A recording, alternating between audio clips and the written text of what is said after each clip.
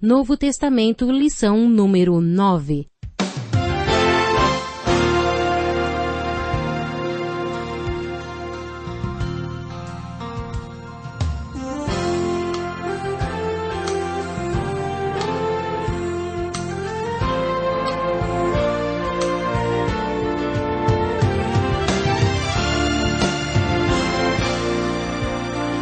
Muitas pessoas têm tido seus sonhos destruídos pela falta de confiança absoluta em Deus.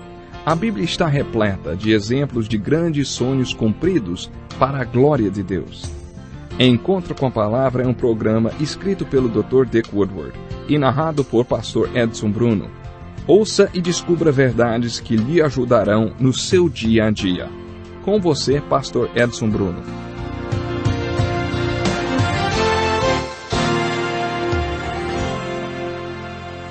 É muito bom estarmos aqui para mais um encontro com a Palavra. Seja bem-vindo. Essa aula faz parte do curso de estudo de todos os livros da Bíblia. Na aula de hoje estudaremos o Evangelho de Mateus. Nos últimos programas estudamos o Sermão da Montanha, registrado nos capítulos 5, 6 e 7 de Mateus, e hoje iniciaremos o que considero a parte mais difícil do discurso de Jesus. Não pensem que vim abolir a lei ou os profetas. Não vim abolir, mas cumprir. Digo-lhes a verdade, enquanto existirem céus e terra, de forma alguma desaparecerá da lei a menor letra ou menor traço, até que tudo se cumpra. Todo aquele que desobedecer a um desses mandamentos, ainda que dos menores, e ensinar os outros a fazerem o mesmo, será chamado menor no reino dos céus.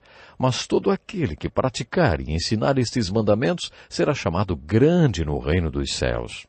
Pois eu lhes digo que se a justiça de vocês não for muito superior à dos fariseus e mestres da lei, de modo nenhum entrarão no reino dos céus. O texto que acabei de ler encontra-se em Mateus 5, dos versículos 17 a 20, e é o início de um dos ensinamentos do Sermão da Montanha. Vimos que a base do Sermão da Montanha são as bem-aventuranças e que todo o resto do sermão, nos capítulos 5, 6 e 7, são aplicações desse ensino básico. Nessa passagem que vocês ouviram, Jesus está dizendo duas coisas. A primeira nos fala sobre os seus discípulos que devem ser a solução e a resposta de Jesus na terra. Jesus está dizendo que seus discípulos devem ser justos e que se eles entenderem o que ele estava ensinando naquele monte, a justiça dos discípulos excederia a dos escribas, dos fariseus e dos professores da lei. A segunda coisa que Jesus está ensinando nesse pequeno trecho tem a ver com a filosofia das Escrituras. Você precisa, mais uma vez, imaginar todo o povo lá embaixo, no sopé da montanha, vivendo todo tipo de problemas. Você também deve se lembrar que o ensinamento dado no topo da montanha deveria ser manifestado para as multidões através de pessoas de caráter cristão, que causem impacto nas culturas pagãs. Essa é a aplicação que fazemos desse ensinamento. Jesus estava questionando: vocês estão vendo toda aquela gente lá embaixo? Vocês só conseguirão ser a solução para os problemas delas e a resposta para as suas dúvidas se tiverem uma vida de retidão e justiça. Por isso vocês devem viver corretamente, para poderem ser minha solução e uma das minhas respostas. Além disso, ele também estava dizendo: tenho minha própria filosofia a respeito da lei de Deus. Quando Jesus se referia à lei de Deus, ele queria dizer as Escrituras. Naquela época, ainda não havia o Novo Testamento, por isso Jesus estava se referindo à lei e aos profetas, ou à lei de Deus, que hoje chamamos de Velho Testamento. O que Jesus estava dizendo aos seus discípulos era algo mais ou menos assim, quando vocês descerem até aquela multidão para ser parte da minha solução e da minha resposta para eles, terão que conhecer a lei e os profetas, ou a lei de Deus. Vocês terão que saber como usar a lei de Deus. Nessa parte do Sermão da Montanha, Jesus usa várias vezes a frase: vocês ouviram o que foi dito, mas eu lhes digo. Muitas pessoas acham que Jesus queria ser melhor do que Moisés, e que era como se ele estivesse dizendo: Moisés ensinou isso, mas agora eu vou dizer como a coisa realmente é. Essas pessoas acham que o que Jesus disse contradiz Moisés, e por isso até questionam a validade de se ler o Velho Testamento, já que para eles Jesus o tornou obsoleto. Lendo atentamente o capítulo 5 de Mateus, concluímos que Jesus não invalidou o Velho Testamento. O que Jesus deixou claro no Sermão da Montanha é que tudo o que ele ensinou se encaixa na palavra de Deus, mas não se encaixa nos ensinamentos e tradições dos escribas e fariseus. Antes da reforma da igreja, para ler a Bíblia, era necessário entender hebraico, grego e latim, porque durante 1000 anos a Bíblia foi publicada apenas nestas línguas. Entre os anos de 1522 e 1534, Martim Lutero traduziu a Bíblia para o alemão, e com isso pessoas comuns, como o sapateiro, o encanador, o carpinteiro, qualquer pessoa a quem chamaríamos de leiga, pôde ler a Bíblia. A igreja achou que seria muito perturbador permitir que leigos lessem e interpretassem a Bíblia sozinhos. A igreja queria interpretar a Bíblia para o homem leigo. Quando Lutero traduziu a Bíblia para o alemão, acabou fortalecendo a reforma da igreja na Europa. 200 anos antes de Lutero, Wycliffe tinha traduzido a Bíblia para o inglês.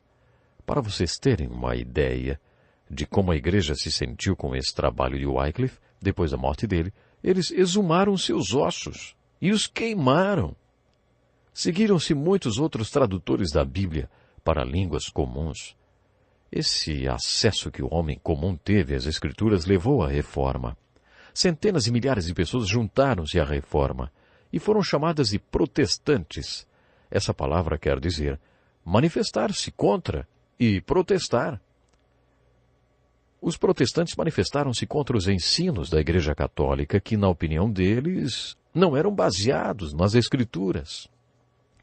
O contexto em que Jesus deu esse ensinamento de Mateus capítulo 5 era semelhante ao contexto em que o povo de Deus viveu no período anterior à reforma. Poderíamos dividir o capítulo 5 de Mateus em 6 parágrafos. No primeiro, Jesus disse: "Vocês ouviram o que foi dito, mas eu lhes digo." Na maioria das vezes que Jesus disse isso, ele não estava citando Moisés, mas ensinos dos escribas e fariseus, segundo a interpretação que eles faziam de Moisés. E Jesus não concordava com a interpretação deles. Jesus estava confrontando a religião dos fariseus, dizendo: essa é a interpretação que eles fazem de Moisés, mas eu faço a seguinte interpretação, e essa é a interpretação que Deus faz. Se analisarmos a diferença entre a interpretação que Jesus fez de Moisés e a que os religiosos fizeram, concluiremos que essa diferença é que Jesus ensinava a lei de Deus pelo prisma do amor de Deus. Só então ele a aplica à vida do povo. Parafraseando, o que Jesus estava dizendo aos seus discípulos era: Senhores, olhem lá para baixo. Estão vendo toda aquela gente? Eles têm muitos problemas. Sabem por quê? Porque são como ovelhas sem pastor que não sabem distinguir a mão direita da esquerda. E sabem por quê? Porque não conhecem a palavra de Deus. Antes de descer até eles, vocês precisam conhecer a palavra de Deus e só depois lhes ensinar. Mas para isso, vocês precisam saber como usar a palavra de Deus. Prezado ouvinte, lembre-se de qual foi e ainda é o propósito da lei quando Deus a entregou: seu amor pelo homem. A lei de Deus não existe para nos fazer infelizes. Afinal, ela procede do coração de Deus, cheio de amor pelo homem. Quando estudamos o livro de Êxodo, diz que quando a lei de Deus afirma que alguma coisa é certa, você sabe que no final as consequências são boas. Se, por outro lado, a Bíblia disser que algo não é certo, pode estar certo que no final as consequências não serão boas. E como Deus nos ama, Ele não quer que soframos as consequências negativas dos nossos erros. Por isso Ele nos deu a lei. Talvez os escribas e fariseus não soubessem disso, ou tivessem se esquecido de qual era o propósito da lei, mas Jesus sempre soube qual era esse propósito e nunca se esqueceu dele. Certa vez Jesus mostrou a diferença que havia entre ele e as autoridades religiosas da época.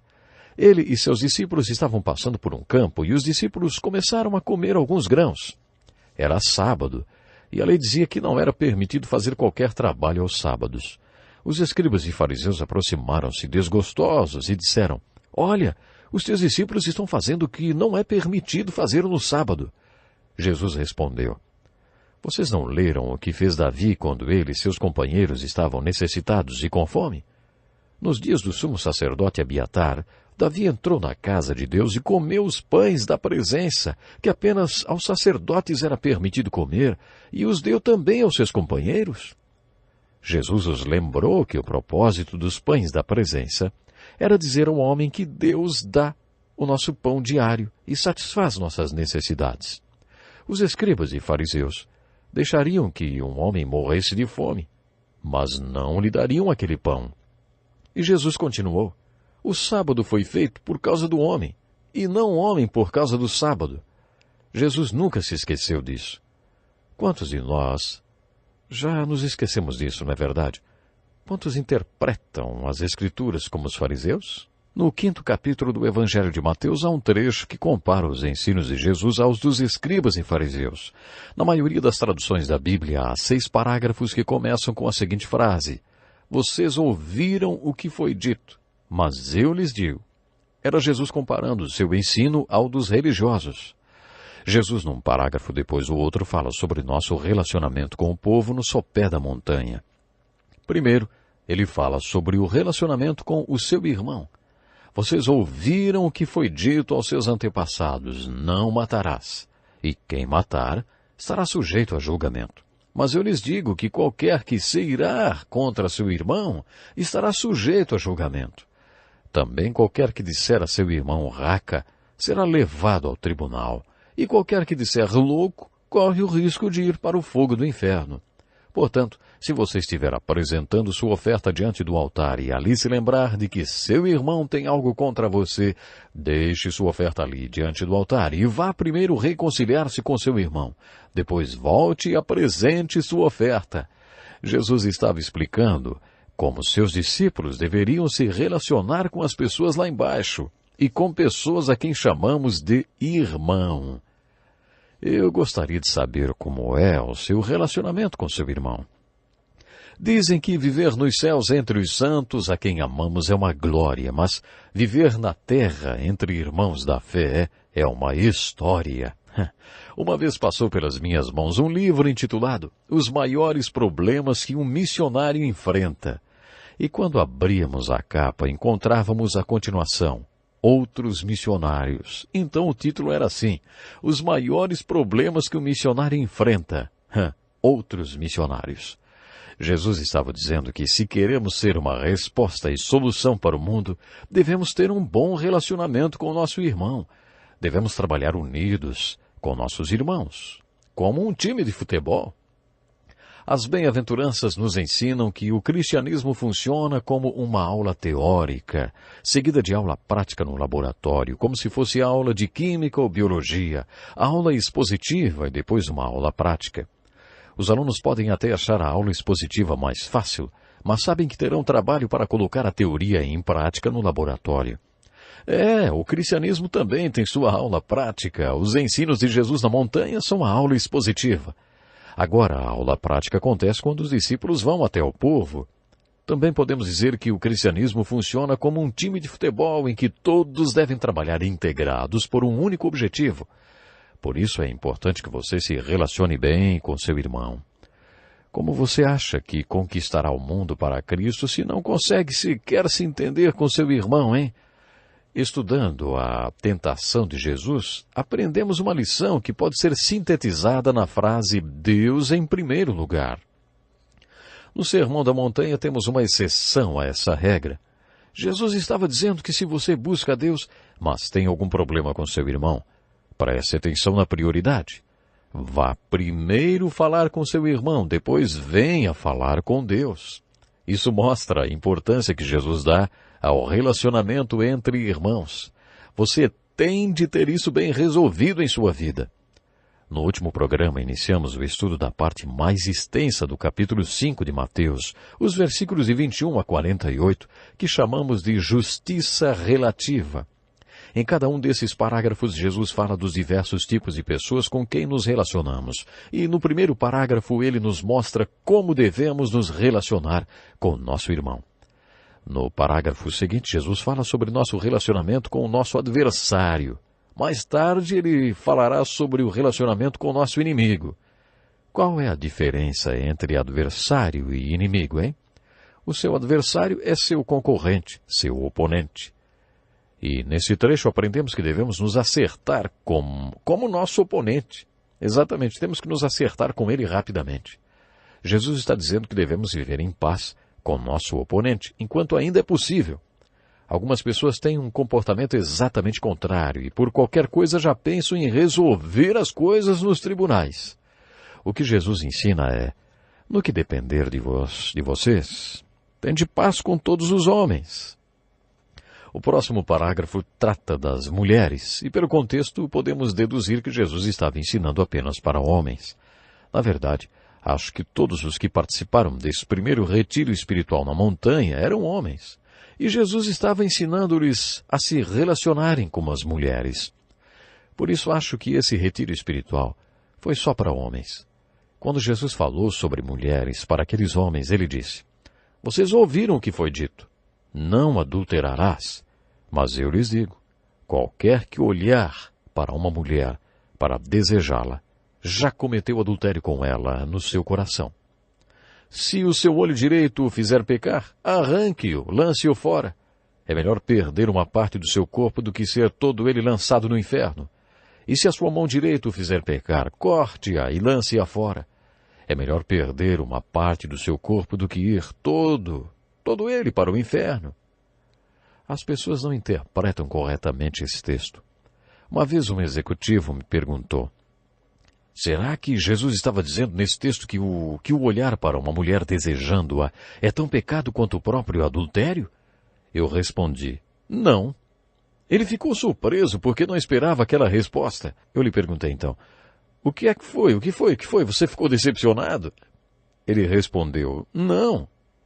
É que se os dois tivessem o mesmo peso, bem, a melhor opção seria o que é mais prazeroso, não é? Percebem qual era o raciocínio dele?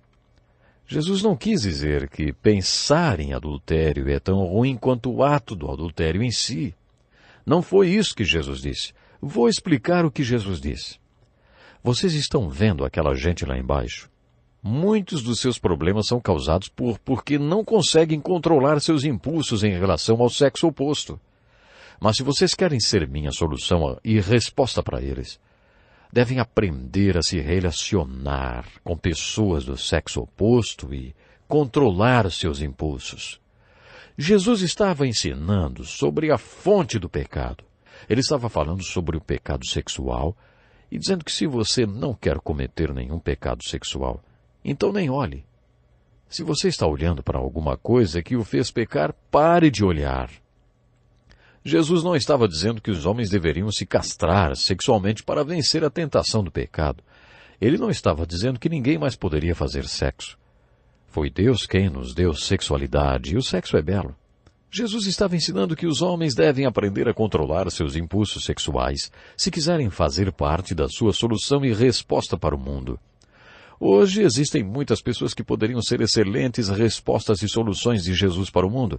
Pessoas que estão em lugares estratégicos dentro do reino de Deus, mas perderam a oportunidade por causa de pecados sexuais, porque não aprenderam a deixar que Deus controle suas vidas sexuais. Poderíamos sintetizar esse ensino de Jesus assim. O pecado começa com o pensamento, e o pecado sexual com o que você vê. Leia na carta de Paulo a Tiago, no capítulo 1, sobre a anatomia do pecado. Jesus afirma que o pecado começa com um olhar e com a lascívia. Jesus não estava dizendo que pensar em adultério é tão ruim quanto o adultério em si. A questão é, você quer pecar? Se você não quiser pecar, então dê um basta antes que o pecado comece. Não olhe, não deseje. Porque se você olhar e desejar, vai acabar sendo tentado. E aí, quando você sucumbir à tentação, terá pecado. A Bíblia fala sobre as consequências do pecado usando a palavra morte.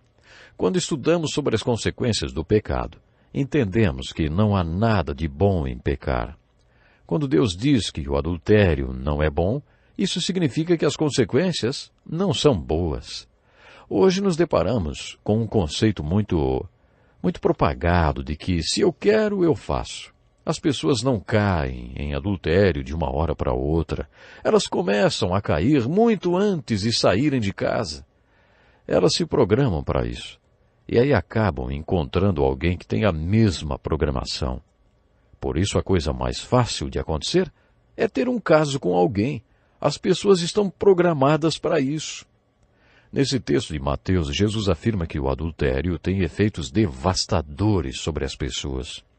Reflita um pouco sobre como ele afeta os filhos e pense um pouco nos direitos das crianças. Jesus estava dizendo que se você quer ser parte da sua solução, deve aprender que a lei do casamento e da família é sagrada.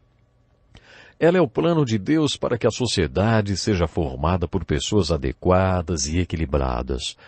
O adultério quebra essa lei. O próximo parágrafo do ensino de Jesus aborda o relacionamento desses homens no topo da montanha com suas mulheres. Jesus, dentro do contexto, estava dizendo que o relacionamento deles com suas mulheres é permanente. Jesus deixou esse laço bem forte e ensina que o casamento é indissolúvel. Mas por que Jesus disse que o casamento é indissolúvel? Uma das razões são os direitos dos filhos. Os filhos têm o direito de crescer num lar onde se sintam seguros e sejam cuidados. Que tipo de segurança a criança pode sentir se o casamento não for permanente, hein? Que segurança as crianças têm com o divórcio se tornando epidêmico? Uma das causas do divórcio é a infidelidade e todas as suas consequências. Quanto maior o número de divórcios, maior o número de crianças feridas. Jesus ensinou àqueles homens que se eles quisessem ser parte de sua solução e resposta, deveriam cuidar do relacionamento deles com suas respectivas mulheres. A melhor defesa é o ataque. A melhor defesa que você pode ter contra o adultério, contra a sua vulnerabilidade, é buscar no seu casamento a satisfação e a felicidade sexual. Se você tiver um bom relacionamento sexual com sua mulher, não estará tão vulnerável ao adultério. No final do capítulo 5 de Mateus, Jesus continua seu ensino falando sobre a importância de se manter uma boa comunicação em todos os tipos de relacionamentos. Ele fala sobre o que fazer para nos relacionarmos bem com o nosso vizinho e com o nosso inimigo também. Nestes 6 parágrafos, Jesus fala sobre relacionamento. Relacionamentos. Você deve ser correto e aplicar a palavra de Deus na sua própria vida e depois na vida de outras pessoas. Quando Jesus deu esse ensinamento, ele estava pensando no relacionamento que você tem com seu irmão, com o adversário, com uma pessoa do sexo oposto, com o cônjuge, com o vizinho e com o inimigo. Ficamos por aqui hoje. Não perca o próximo programa. Que lição importantíssima. Obrigado, pastor Edson Bruno. Prezado ouvinte, coloque em prática o que você ouviu aqui. Sem dúvida, sua vida será